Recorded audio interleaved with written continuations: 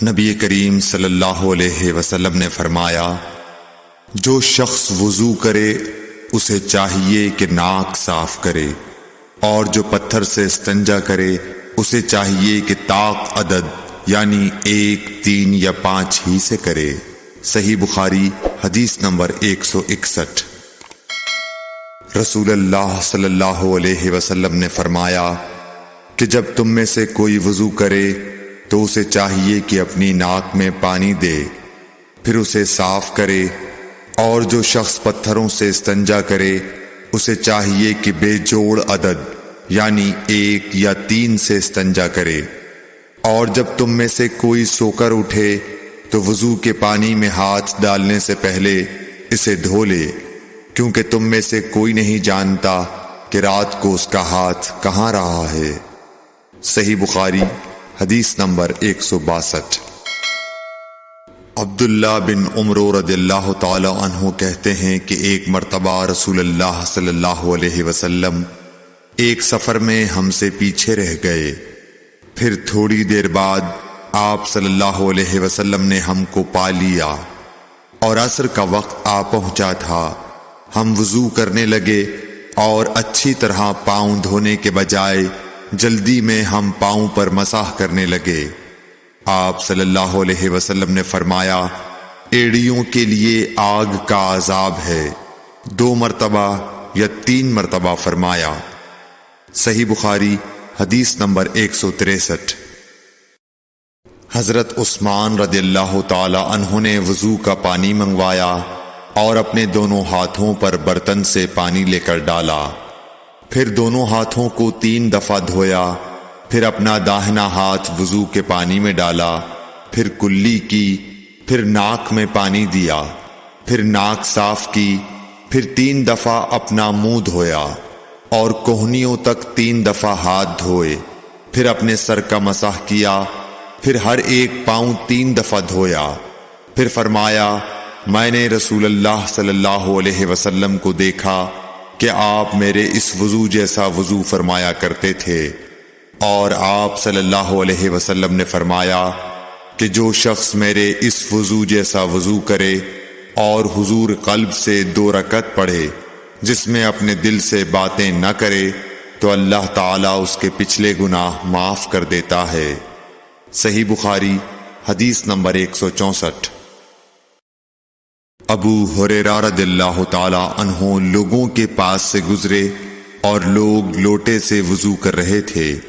آپ رضی اللہ تعالی عنہ نے کہا، اچھی طرح وضو کرو، کیونکہ ابو القاسم صلی اللہ علیہ وسلم نے فرمایا، خشک ایڑیوں کے لیے آگ کا عذاب ہے۔ صحیح بخاری حدیث نمبر 165۔ عبداللہ بن جریح نے عبداللہ بن عمر سے کہا، اے ابو عبد الرحمن، میں نے تمہیں 4 ایسے کام کرتے ہوئے دیکھا ہے جنہیں تمہارے ساتھیوں کو کرتے ہوئے نہیں دیکھا۔ وہ کہنے لگے، اے ابن جریح وہ کیا ہیں؟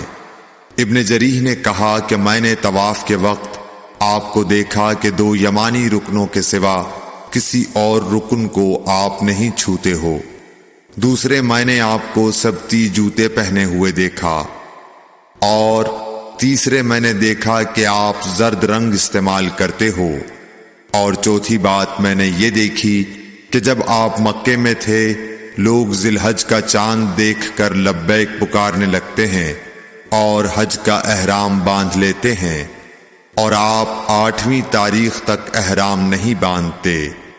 حضرت عبداللہ بن عمر رضی اللہ تعالی عنہ نے جواب دیا کہ دوسرے ارکان کو تو میں یوں نہیں چھوتا کہ میں نے رسول اللہ صلی اللہ علیہ وسلم کو یمانی رکنوں کے علاوہ کسی اور رکن کو چھوتے ہوئے نہیں دیکھا، اور رہے سبتی جوتے تو میں نے رسول اللہ صلی اللہ علیہ وسلم کو ایسے جوتے پہنے ہوئے دیکھا کہ جن کے چمڑے پر بال نہیں تھے، اور آپ انہی کو پہنے وضو فرمایا کرتے تھے، تو میں بھی انہی کو پہننا پسند کرتا ہوں۔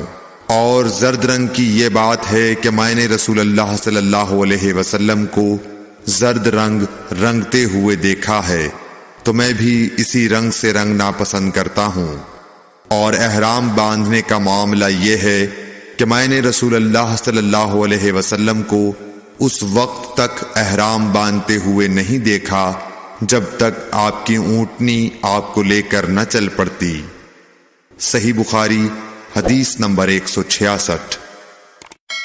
رسول اللہ صلی اللہ علیہ وسلم نے اپنی مرحومہ صاحبزادی حضرت زینب کو غسل دیتے وقت فرمایا تھا کہ غسل داہنی طرف سے دو اور اعضائے وضو سے غسل کی ابتدا کرو۔ صحیح بخاری حدیث نمبر 167۔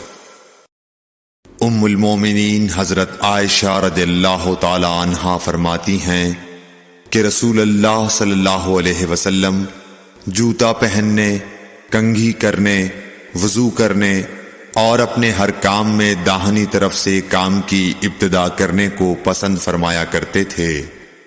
صحیح بخاری حدیث نمبر 168۔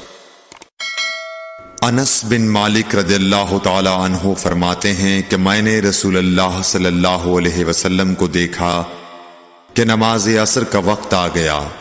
لوگوں نے پانی تلاش کیا، جب انہیں پانی نہ ملا تو رسول اللہ صلی اللہ علیہ وسلم کے پاس ایک برتن میں وضو کے لیے پانی لایا گیا۔ رسول اللہ صلی اللہ علیہ وسلم نے اس میں اپنا ہاتھ ڈال دیا اور لوگوں کو حکم دیا کہ اسی برتن سے وضو کریں۔ حضرت انس رضی اللہ تعالی عنہ کہتے ہیں کہ میں نے دیکھا کہ آپ کی انگلیوں کے نیچے سے پانی چشمے کی طرح ابل رہا تھا، یہاں تک کہ قافلے کے آخری آدمی نے بھی وضو کر لیا۔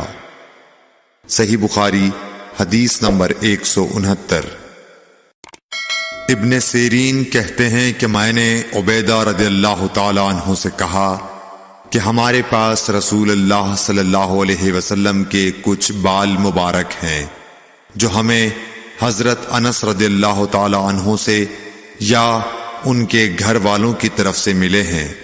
یہ سن کر عبیدہ نے کہا کہ اگر میرے پاس ان بالوں میں سے ایک بھی ہو تو وہ میرے لیے ساری دنیا اور اس کی ہر چیز سے زیادہ عزیز ہے۔ صحیح بخاری حدیث نمبر 170۔